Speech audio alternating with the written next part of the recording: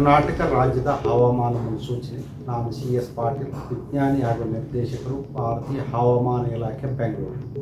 ನಾನು ಮುಂದಿನ 5 ದಿನಗಳವರೆಗೆ ಕರ್ನಾಟಕ ರಾಜ್ಯದ ಹವಾಮಾನ ಮುನ್ಸೂಚನೆಯನ್ನು ಸಂಕ್ಷಿಪ್ತವಾಗಿ ವಿವರಿಸುತ್ತೇನೆ.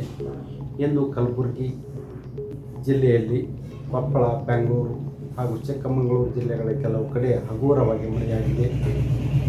ಬೆಂಗಳೂರಿನಲ್ಲಿ 33 ಡಿಗ್ರಿ ಸೆಲ್ಸಿಯಸ್ ಗರಿಷ್ಠ ಉಷ್ಣಾಂಶ ದಾಖಲಾಗಿದೆ. ಈಗಿರುವ ಹವಾಮಾನದ ಸಿನಾಪ್ಟಿಕ್ ಸ್ಥಿತಿ ಎಂದರೆ ಕರ್ನಾಟಕದ ಒಳನಾಡಿನಲ್ಲಿ ಟ್ರಫ್ 1.5 ಕಿಲೋಮೀಟರ್ ಎತ್ತರದವರೆಗೆ ಇದೆ.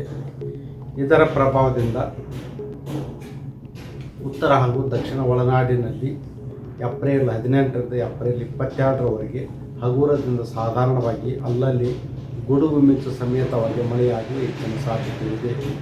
ಕರಾವಳಿ ಜಿಲ್ಲೆಗಳಲ್ಲಿ ಕೂಡ ಅಲ್ಲಲ್ಲಿ ಕೆಲವು ಕಡೆ ಹಗುರವಾಗಿ ಮಳೆಯಾಗುವ ಸಾಧ್ಯತೆ ಇದೆ.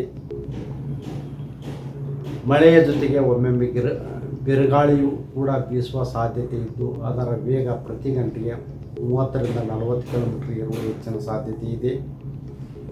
ಬೆಂಗಳೂರಿನಲ್ಲಿ ಏಪ್ರಿಲ್ 18, 19 ಹಾಗೂ 20ರಂದು ಕೆಲವು ಕಡೆ ಗುಡುಗು ಮಿಂಚು ಸಮೇತವಾಗಿ ಮಳೆಯಾಗುವ ಸಾಧ್ಯತೆ ಇದ್ದು, ಗರಿಷ್ಠ ಉಷ್ಣಾಂಶ ಬೆಂಗಳೂರಿನಲ್ಲಿ ಮುಂದಿನ 5 ದಿನಗಳವರೆಗೆ 34 ಡಿಗ್ರಿ ಸೆಲ್ಸಿಯಸ್ ಇರುವ ಸಾಧ್ಯತೆ ಇದೆ.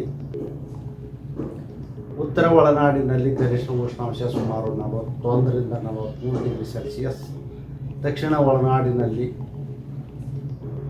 33ರಿಂದ 35 ಡಿಗ್ರಿ ಸೆಲ್ಸಿಯಸ್, ಕರಾವಳಿ ಜಿಲ್ಲೆಗಳಲ್ಲಿ 34ರಿಂದ 35 ಡಿಗ್ರಿ ಸೆಲ್ಸಿಯಸ್ ಗರಿಷ್ಠ ಉಷ್ಣಾಂಶ ಇರುವ ಹೆಚ್ಚಿನ ಸಾಧ್ಯತೆ ಇದೆ.